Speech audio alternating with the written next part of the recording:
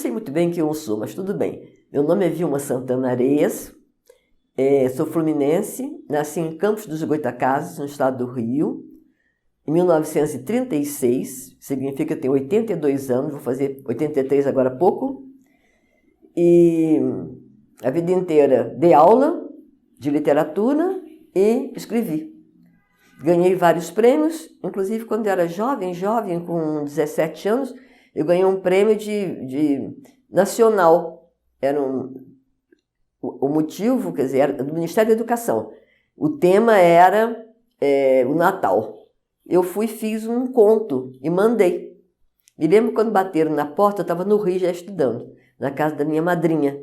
Eu falei, anunciando a minha morte. Quando eu abri, era o telegrama dizendo que eu tinha ganho o prêmio, primeiro lugar. Pois é, foi bacana, eu gostei muito. E, enfim, mas isso não foi sempre, tudo bem. E dei aula a vida inteira, quer dizer, eu me aposentei com 50 anos de sala de aula. Em todos, no curso, no ginasial, de dia, à noite, na periferia, no Leblon. Fui expulsa da UFRJ durante a ditadura, e por isso meu marido também foi preso e tal. Aí ele veio para São Paulo, eu vim junto, fiz concurso para a Unicamp, entrei, dei aula lá até fazer 70 anos. Eu queria dar aula mais, mas não podia. 70 anos eles liquidam. Pronto. E aí, uma vez na Flip, que eu fui chamada como escritora, eu falei, eu não sei se eu sou escritora, quer dizer, eu acho que eu não cumpro todos os deveres de uma escritora. Eu escrevo quando eu gosto, quando eu quero, jogo tudo fora, todo dia eu escrevo, aproveito pouca coisa, não tenho obrigação nenhuma de publicar. Os editores ficam meio chateados, com toda razão, mas não tem jeito.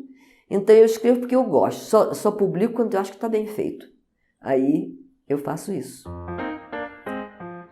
O perfil desse mês é com Vilma Areias, a escritora que vai contar tanta história legal pra gente. E você é o nosso convidado para, a partir de agora, um bate-papo com Vilma Areias. Obrigado, Vilma, por você estar aqui para bater esse papo com a gente. Você é fluminense de... Campos dos Goytacazes. Campos dos Goytacazes. E das suas recordações de infância de Campos dos Goytacazes, o que você registra?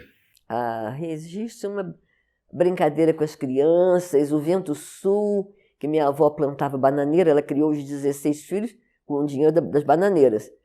E então, quando vinha o vento sul, era um problema. Na véspera, ela ficava em pé na porta, olhando para o rio, e falava assim, amanhã vamos ter vento sul. Meninos, cuidado com o pé na poça. No Rio fala-se poça, vocês falam poça, não é? Mas é poça de água. Menino, cuidado com o pé na poça. E era isso. Eu me lembro perfeitamente. E também a bananeira era uma coisa. A bananeira é muito bonito, né? Eu acho lindo aquelas folhas rasgadas, lindíssima. E a bananeira tem aquele... É uma flor, eu acho que é uma flor vermelha. Sim. Que a gente tirava para fazer barcos, porque sempre tinha enchente. Porque o governo fez um anteparo para as águas do Rio atrás dos moradores da periferia, que éramos nós. Então, quando o rio enchia, entrava na casa. Tudo. Meu pai fez até um murinho, que era um inferno. Mas então a gente botava os barquinhos, que aquela flor servia de barquinho para nós. O bairro é Matadouro, um bairro de periferia.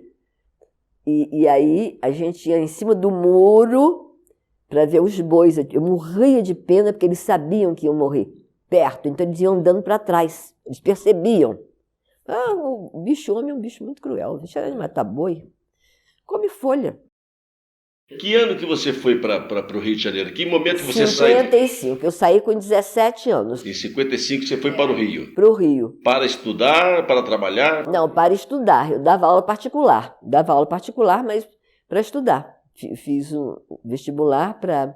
Eu queria línguas anglo-germânicas, porque eu queria ler literatura estrangeira. As literaturas neolatinas, francês, italiano, aí é fácil você ler sozinho, isso é fácil. Com dicionário e tal, você começa a ler. Agora, em inglês, alemão, nada. Mas acontece que eu errei no meu prognóstico, porque com a guerra, eles expulsaram o professor de alemão, porque era alemão, então, nazismo, não sei o que, eles expulsaram, puseram 2 brasileiras que não falavam alemão, que falavam dos filhos, das fraldas, eu ficava uma fera.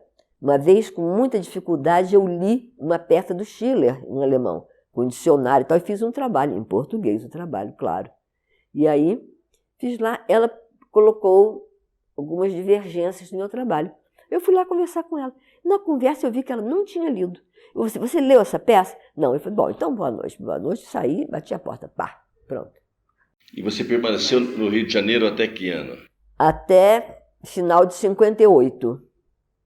Aí voltei para Campos. Aí 2 anos depois casei.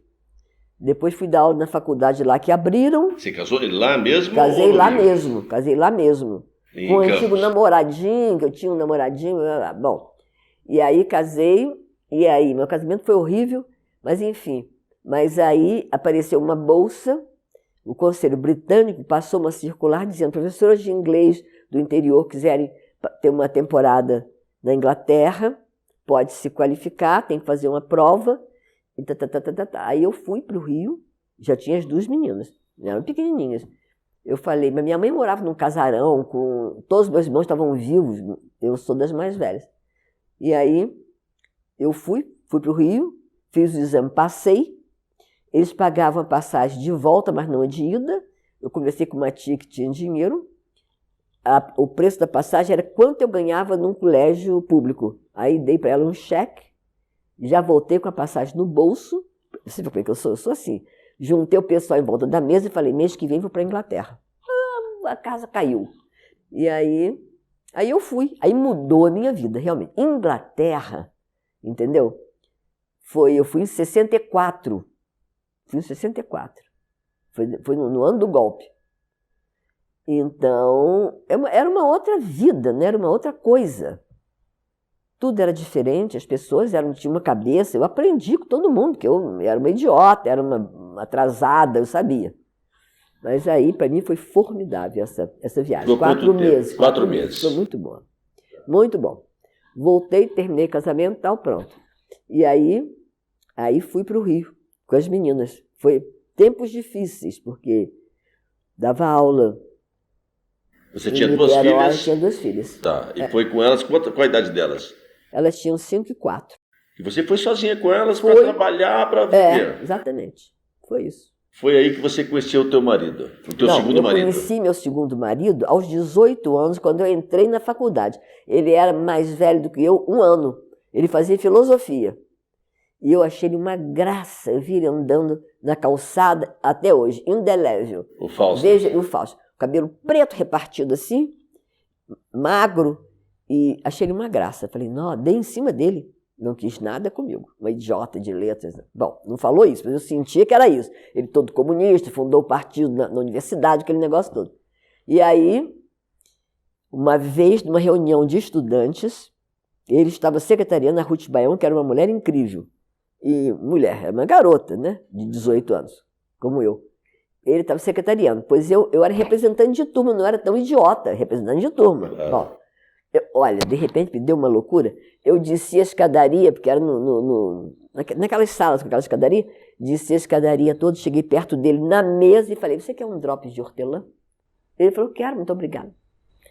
Falei, pô, mas que cara. Aí depois eu falei com ele, quando depois a gente se encontrou numa reunião do partido, que eu não fui de partido nenhum. Meu marido dizia, você não é uma revolucionária, você é uma anarquista. Eu sou anarquista. Não gosto da ordem, não gosto de receber ordem. Mas era de esquerda. Então eu ajudava todos os partidos. Se tivesse televisão, não, online, esse negócio naquela época eu estava frita. Que iam achar que eu era... Pô, não era nada, eu não queria nem saber o nome das pessoas. Não queria, não, depois eu sou preso, torturado, vou acabar dizendo. Melhor não saber de nada.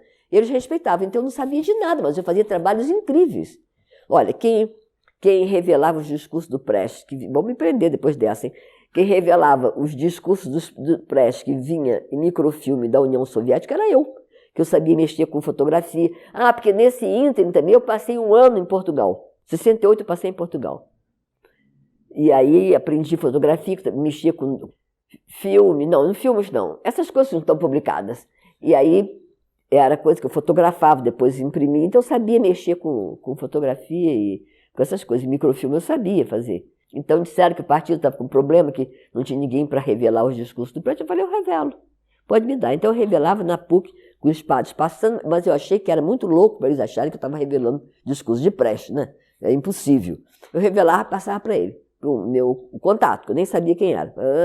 Um belo dia ele me passou um documento dizendo que uma pessoa tinha feito um ensaio sobre a relação da ditadura com a cultura.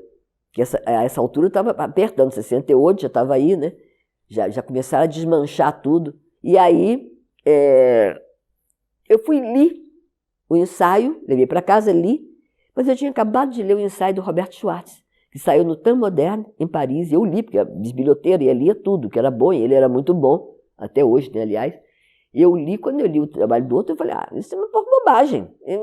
O do Roberto é muito melhor, no Temps Moderne, falando sobre a cultura e a ditadura.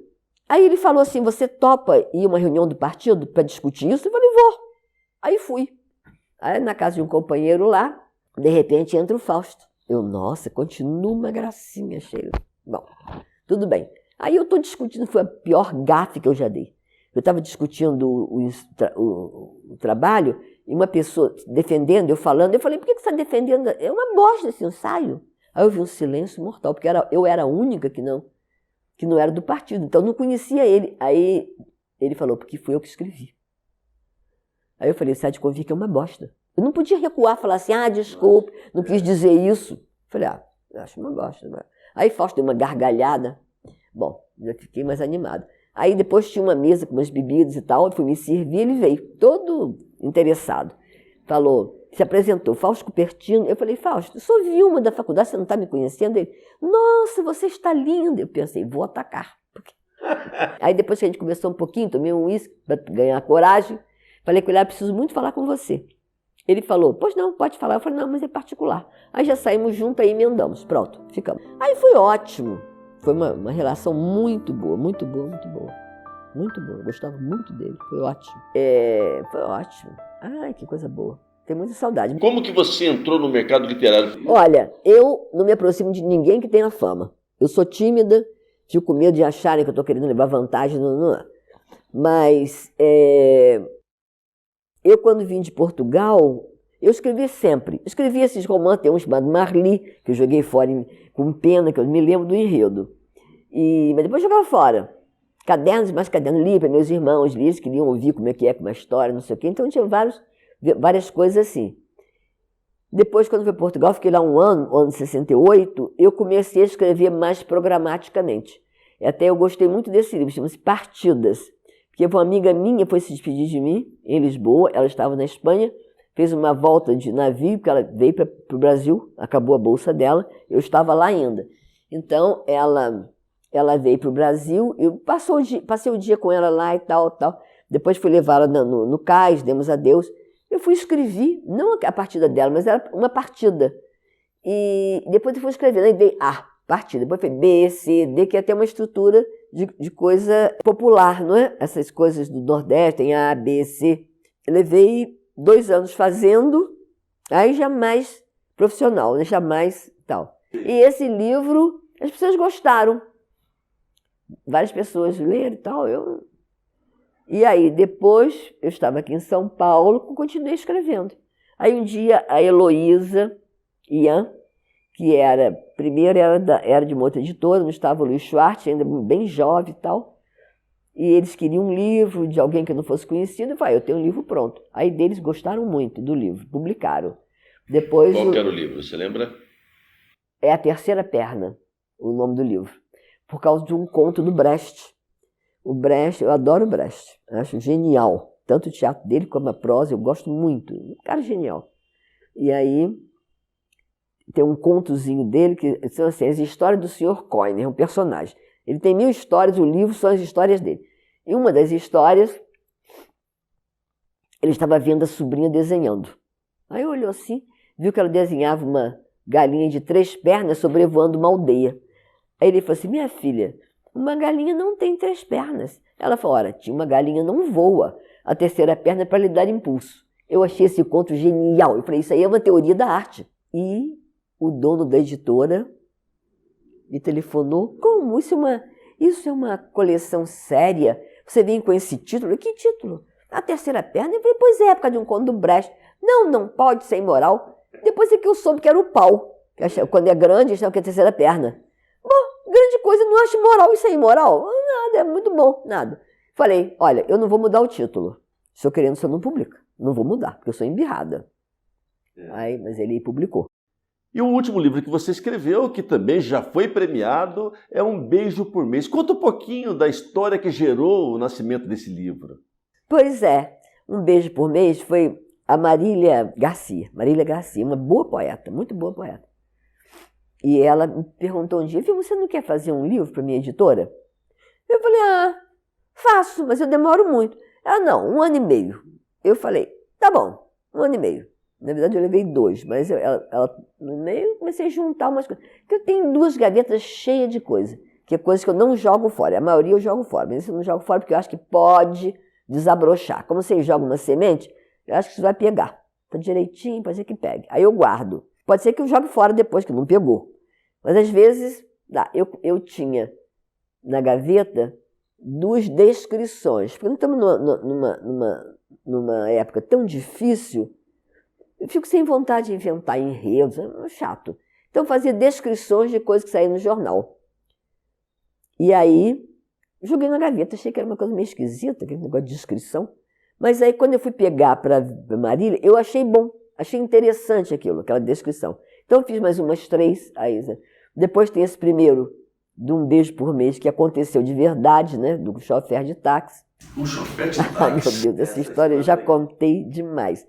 Essa história é o seguinte, eu saí do meu oftalmologista, que ele tinha dilatado a pupila e tal, eu tenho que ir 1 vez por ano a ele.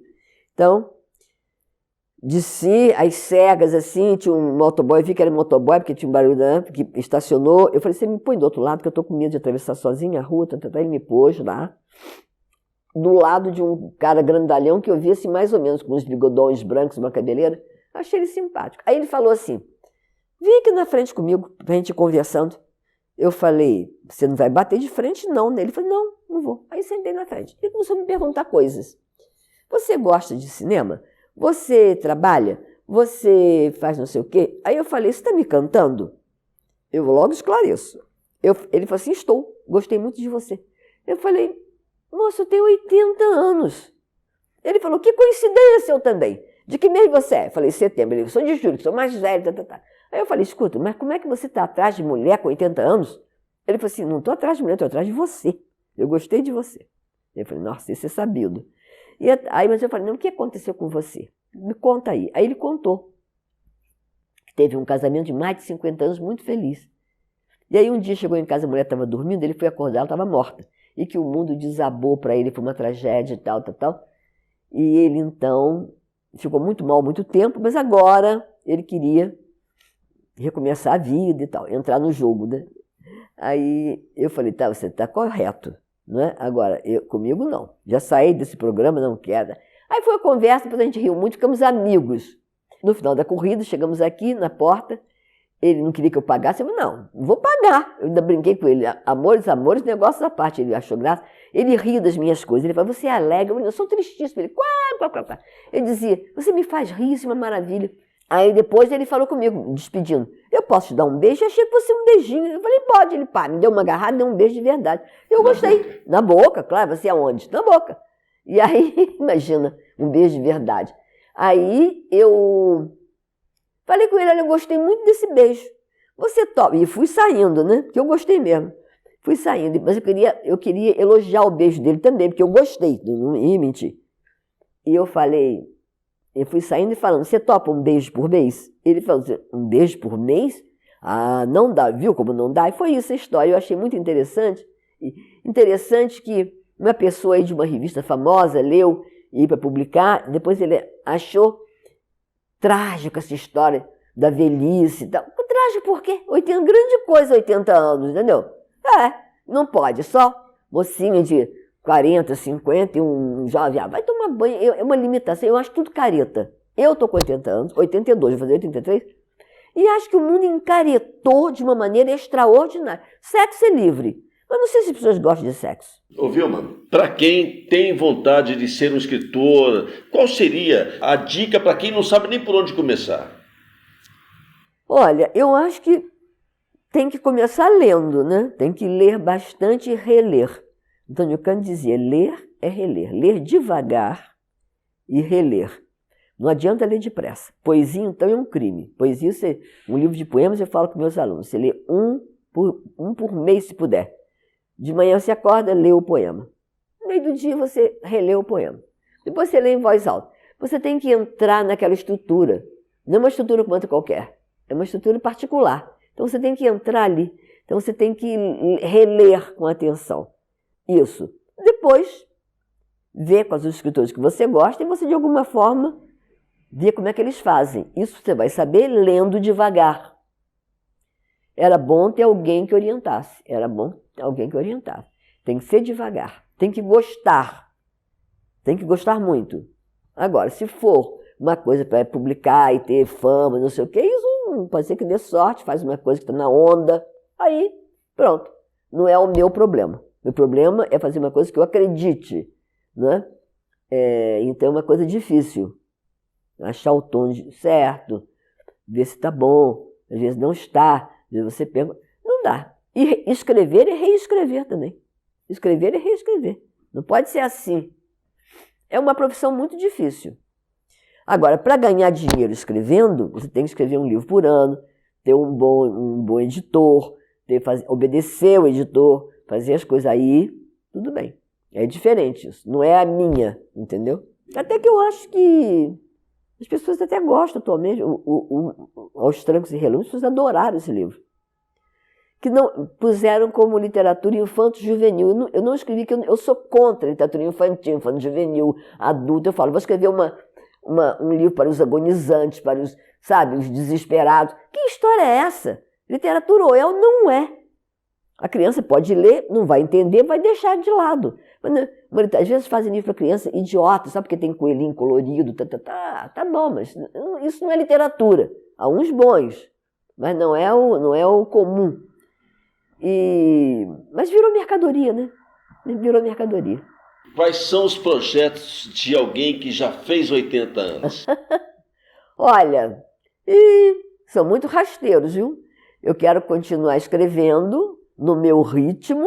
Se der tempo de escrever mais um livro, quero muito escrever um livro sobre o Fausto e sobre o Tigrão. Eu vou até consultar você, que eu acho um assunto formidável. E é só. Não tem mais. Gosto de ler, gosto de acompanhar as coisas, mas não tem grandes projetos. Não tem tempo. A verdade é essa. E uma citação? A vida é boa. Para quem come e dorme no quente, é ótima. Pois é. Esse foi o bate-papo desse mês com Vilma Areias, um papo maravilhoso. E a minha gratidão e meu agradecimento pela sua participação, Vilma. Tá bom.